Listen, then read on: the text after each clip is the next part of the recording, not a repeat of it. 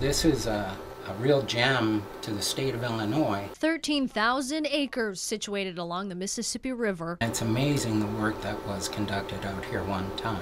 Rows of buildings, train cars sitting on the tracks. The buildings are breaking down.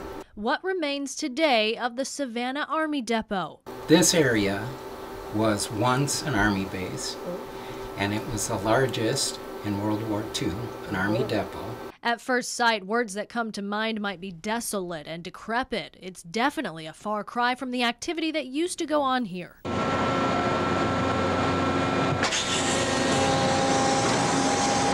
They started with military weapons testing. The U.S. Army began work here in 1917, and the grounds boomed to life. Over the years, it was also used to store, manufacture, and recycle munitions. They made bombs here. They took apart weapons here. Later, it was listed for BRAC closure, and the depot officially shut its doors in 2000.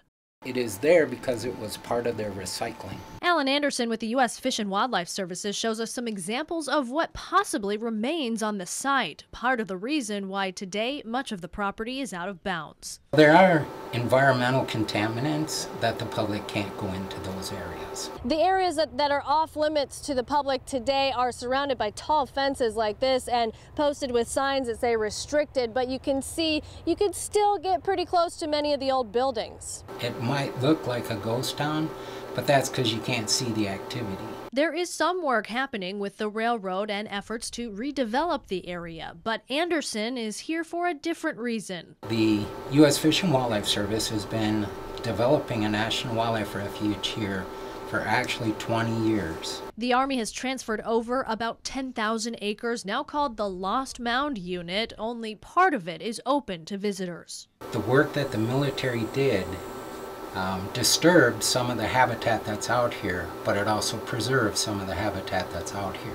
Areas for bird watching or hiking. There's a short pathway called the Prickly Pear Trail, named for the cacti found here, leading to an overlook area that's only been open for a few years. You can see up and down the river both ways. And look down on the longest natural sand dune in Illinois. You're 70 feet above the water. Or a 3-mile wildlife drive can get you to another amazing view at the Black Oak Dune Overlook with a new pathway that a local Eagle Scout built just last year. I also like to open those areas up to the general public. The work to make that happen is a very gradual and piecemeal process. The wheels of the government turn very slow, and we're a perfect example of that. So as it stands today, two worlds collide, with a shutdown and closed-off Army base on one side and a wildlife refuge on the other, offering areas to explore. A work in progress to breathe new life into an already intriguing place. There's a lot of land and buildings that can be worked with. Near Savanna, Bailey Dietz, KWQC TV6 News.